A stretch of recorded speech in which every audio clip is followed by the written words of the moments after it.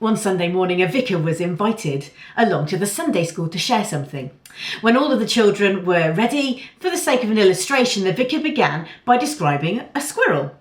He started out by saying, "I'm going to describe something to you, and I want you to raise your hand when you know what it is."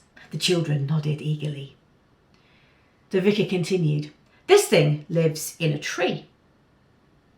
It eats nuts. It has a long bushy tail." No hands went up. The vicar was shocked. He continued, but there were no hands.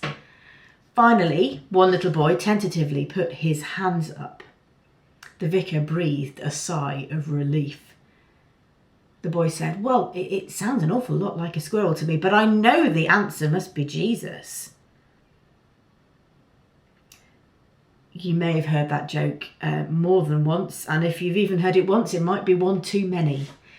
But it does have some truth to it. The answer usually is Jesus. In the verse that we've got today, set for today, we're reminded that we're to do everything to glorify God, everything. So whether that's eating or drinking or cooking or working, resting, playing, going on a Zoom call, phoning a friend, clapping for the carers, picking up shopping for your neighbour, whatever it might be, all we do is to glorify God, to worship him, to show him just how much we think of him and how much he is worth. The fact is that today you have the most amazing opportunity. You have the opportunity to worship God, to glorify God.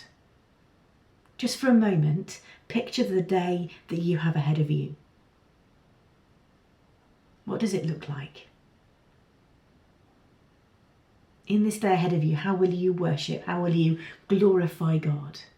How will today be an act of worship, showing that it is about Jesus?